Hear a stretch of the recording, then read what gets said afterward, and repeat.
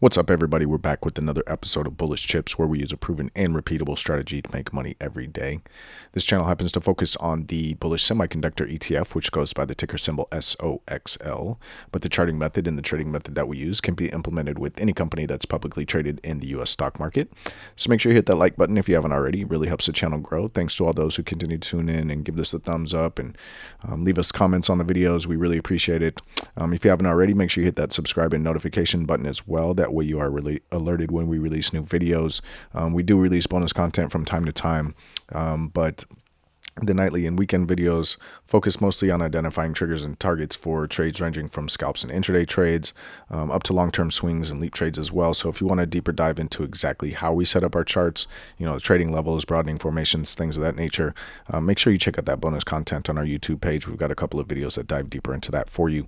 And if you want a free quick reference guide for the STRAT, which is the base of our charting and trading method, make sure you check out the description of this video. We got a link for a free quick reference document out there for you. So I do encourage you to watch the full video. We do go over triggers and targets for especially short-term stuff, but we go over all time frames. So stay with us through the whole video. I'm sure you will be glad that you did. Let's talk about the agenda for tonight's video. We'll go ahead and recap the price action from Wednesday, January 28th, and then we'll zoom out like we always do and look at the week, month, quarter, and year perspective before zooming back in and setting our 4-hour markers and the triggers and targets for Thursday, January 29th, and we'll do a quick review of the triggers and targets for the week, month, quarter, and year as well. So let's go ahead and get to the charts. Looking at the 5-minute chart like we always start out with, this allows us to capitalize on the proven and repeatable strategy that we use to make money every day. The rule is we look for the opening print or the first traded price of the day, and we look for higher lows at or above opening print to get into calls, and we look for lower highs at or below opening print to get into puts. All right, so today we opened with the gap up, right? So previous high a day is out of the picture as far as an upside target. All we've got is the overnight high that's up here at this 7204 level. Yeah, we'll just keep it on this zoom right here.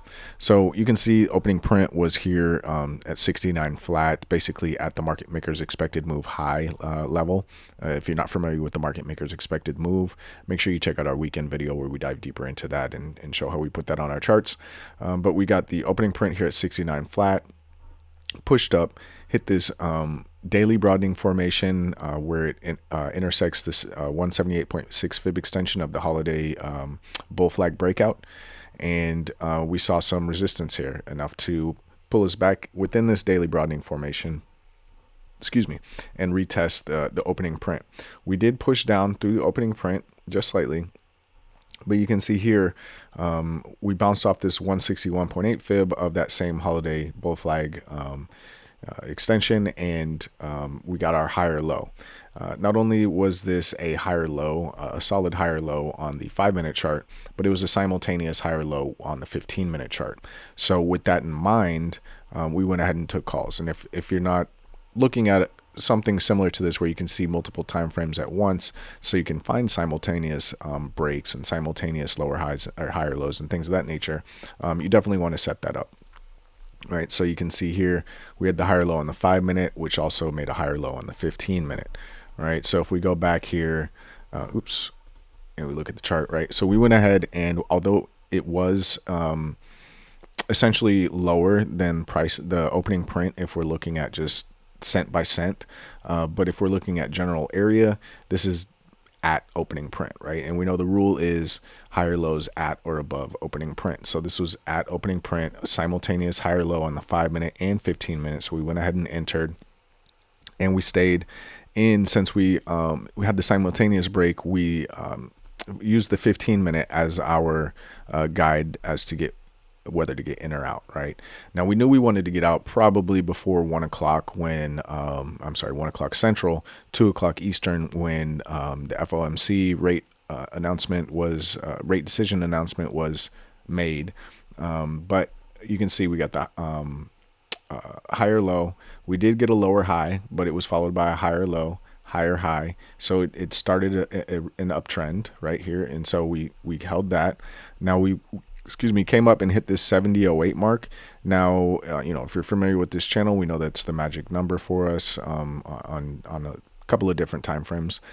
So we did go ahead and take profit on about half of our position once we got up here, and then right before the 1 o'clock 1 o'clock Central announcement was made, we went ahead and sold the rest of our short-term position. Right, we still have our February monthly calls, so no need to worry about that. But short term, no need to put any profits at risk, knowing that the volatility was coming with the rate decision and then Powell's press conference. So you can see, we got a bullish engulfing candle, a two up, a failed two up, that is, another bullish engulfing candle, another failed two up, another bullish engulfing candle. So just volatility.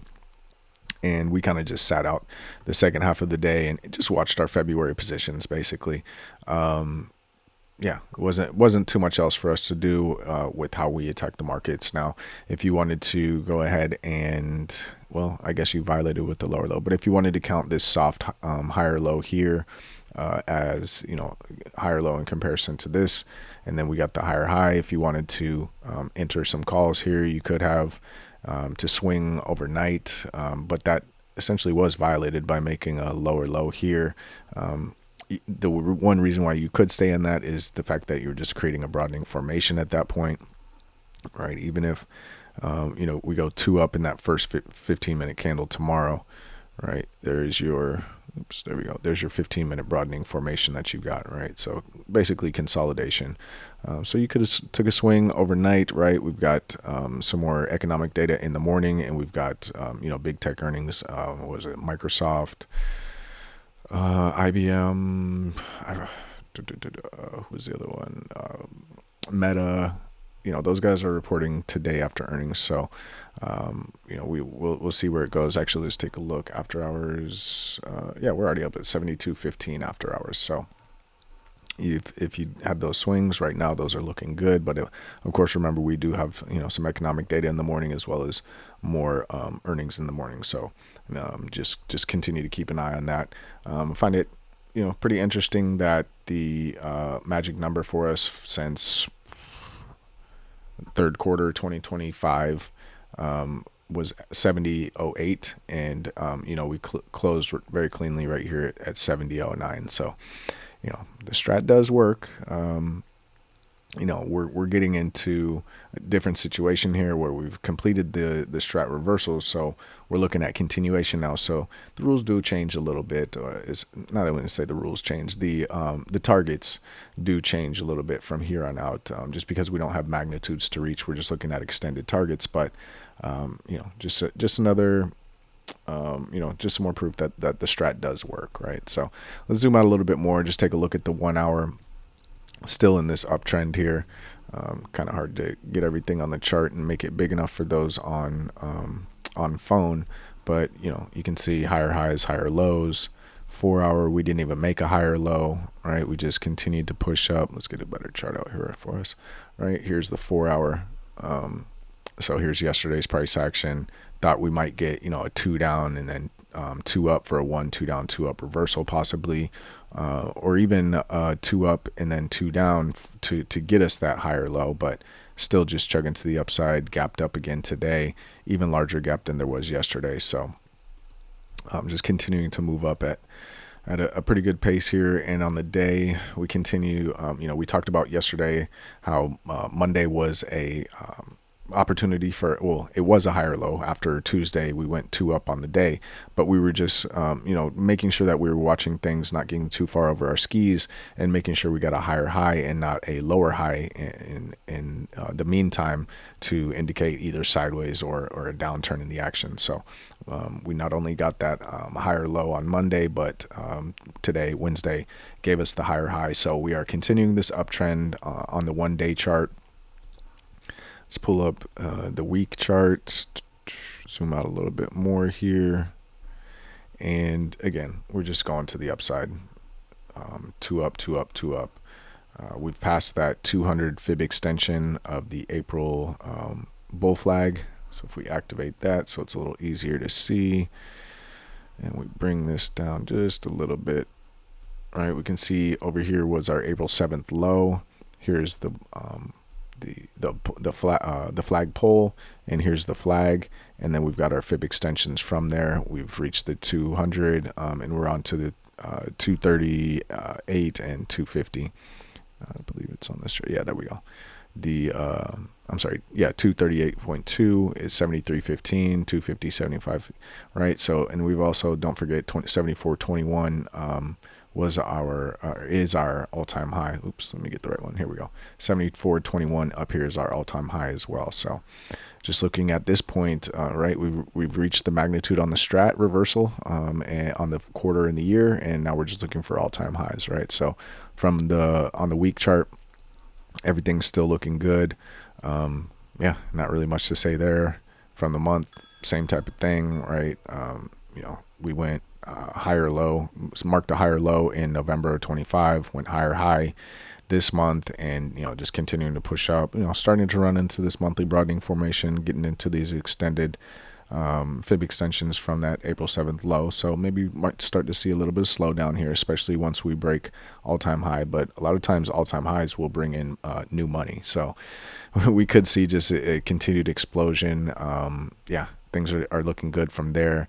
Going to the quarter chart, right? This is what we've been talking about for quarters now, is this one, which was the fourth quarter of 2024, the combo 2 down, which is the beginning of 2025, and the combo 2 up, which is the second half of 2025, that triggered once we got above this 36.15 level, and we've been looking for 70.08 since then, and we got it. So that is the STRAT reversal completed. Now again, like we said, we're just looking to get all-time highs and then blue sky territory after that.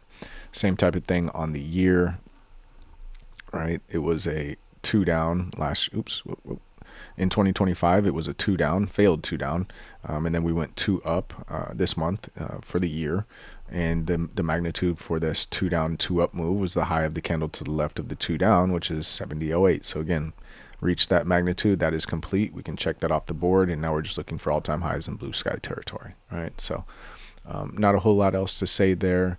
If we take a look at things just from a zoomed out perspective, if we're looking at a chart with monthly and quarterly broadening formations, we could just ride this monthly up for who knows how long, right? We've got a long ways to go before we reach these next quarterly and monthly broadening formations.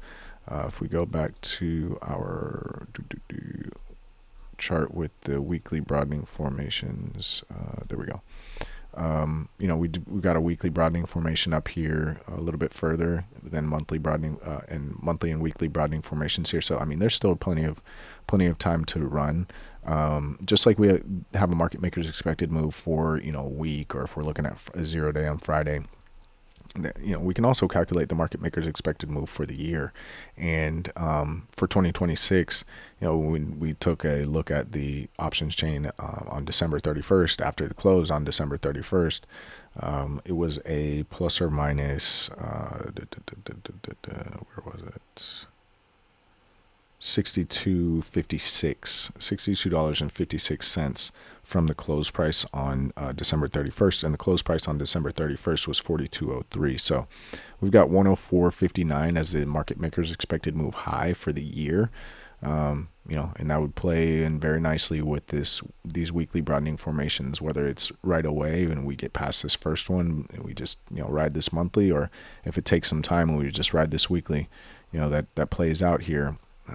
Not a lot of resistance ahead, seeing how we're going to be in blue sky territories. All right, so that's just how we look from a zoomed out perspective. Let's go ahead and zoom back in, take a look at the charts for tomorrow, and start setting up our game plan for tomorrow. Yeah, we got the 5-minute chart here. Let's get all of our our 4-hour markers on the board. There we go. So as far as 4-hour markers are concerned, we've got overnight high as of so far, 71.24, and actually I'm looking right now and it's 72.21. So we'll just move it up for illustration purposes. Jeez, that's up quite a bit. All right, we'll just basically leave it there. 72.24. All right. So now we scrunch this down a little bit more to get everything in. We got a pretty wide range. There we go. So we've got overnight high at 72.23, previous high of day at 70.93, overnight low right now is 69.66, and the previous low of day was 67.97, right? So pretty big range there from previous low of day at 67.97, we'll call it 68, all the way up to overnight high at 72, about $4. So yeah, it's a decent sized move for us here. I think $2 is a 3% move these days on SOXL, so that would be a decent sized move if we were to move go the full range, like reject off of overnight high and go see previous low day. But the general rule that we follow for our proven and repeatable strategy is looking for higher lows at or above opening print to get into calls, and lower highs at or below opening print to get into puts. So let's say we pushed up here overnight, but we end up opening basically at previous high day, right? So this price level 1, this peach dash line, that's going to be our opening print, right? If we open here, we're going to look to see if we push up, do we reject maybe off of this fib, where this fib extension and this daily broadening formation intersect, and get a little bit of a pullback before we get some type of higher low at or above opening print level. If we do get that higher low at or above opening print, we want to look to get into calls, and we want to target previous high day and overnight high. Well, previous high day is already out of the picture at that point, so overnight high would be the ultimate target for that scalp or short-term trade. Right now, it could also extend out if we get some slow melt up that we reach overnight high by the end of the day. It could happen like that as well, but just that is the ultimate target for the move if you're taking the higher low at or above opening print. Now remember, like today, the 2 did poke down below opening print level, and then the 2 up was just right at or just slightly below opening print. So keep a lookout for those. Yes, there's a little bit of added risk when you're taking it right at or just slightly below opening print level if you're taking a call. So just keep your stops in place and manage your risk to reward, but you got to use a little bit of nuance with this, right?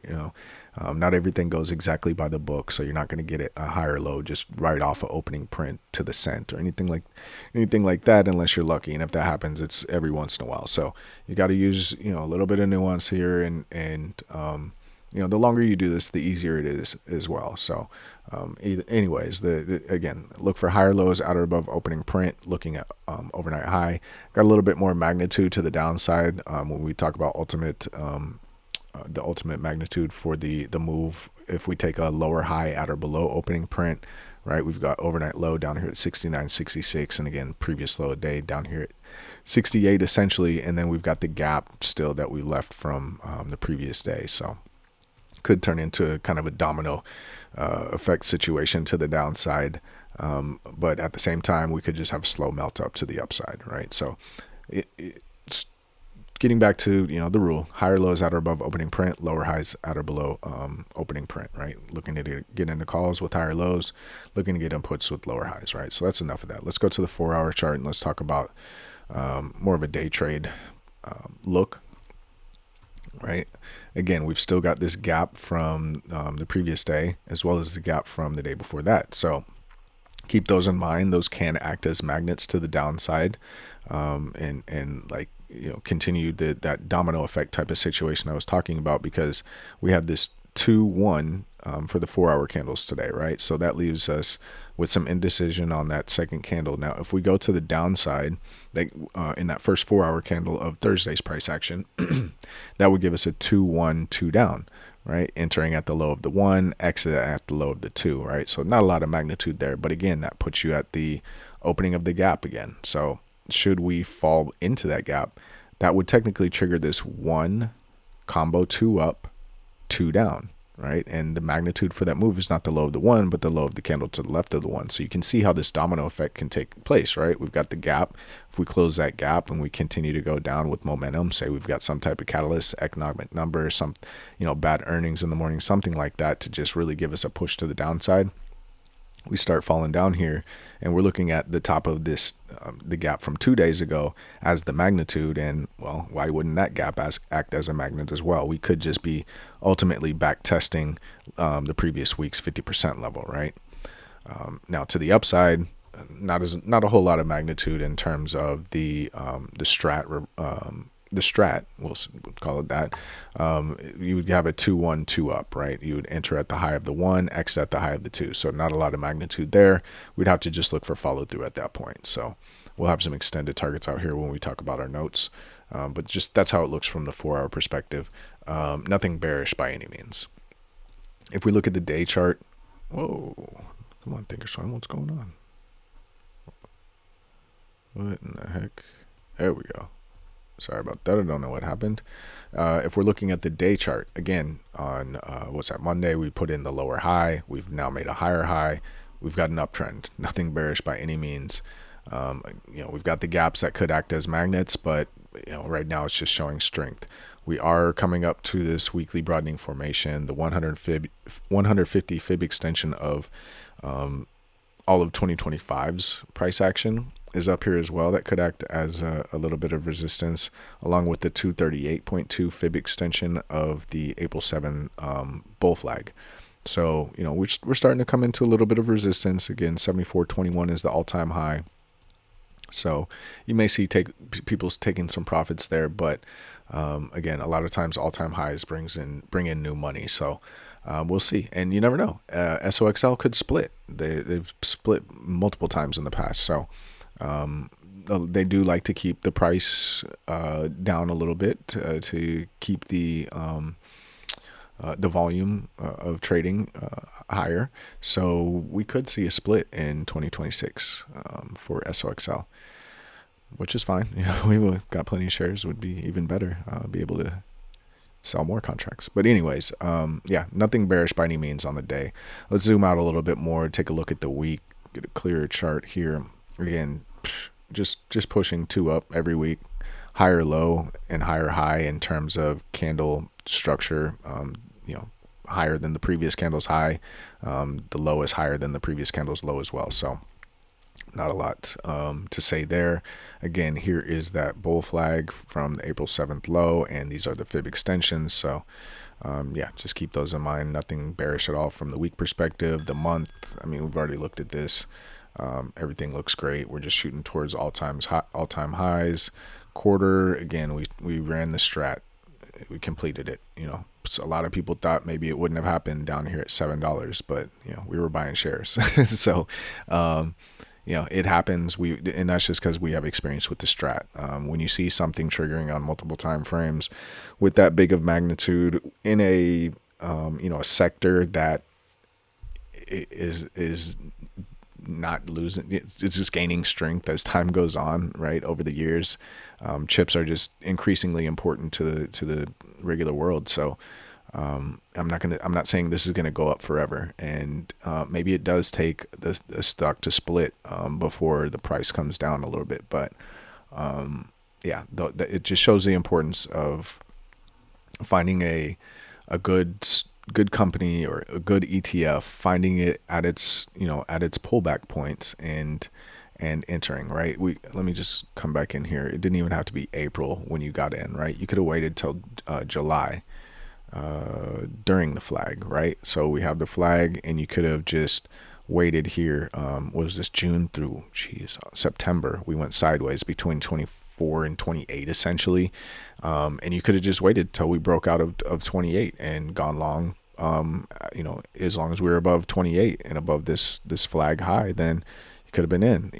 Even with the pullback, you could have waited for this pullback and seen the higher low get put in on the week and the month, and even then, you'd have missed all of this move. But look at all of this move that you'd have got, and a lot of that is attributable to the STRAT. So just trying to play things out and see where we go from here.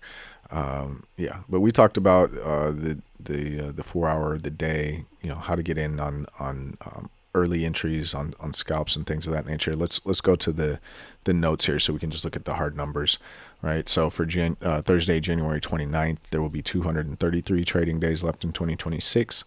And the close price for SOXL on Wednesday, January 28th, was 70.09.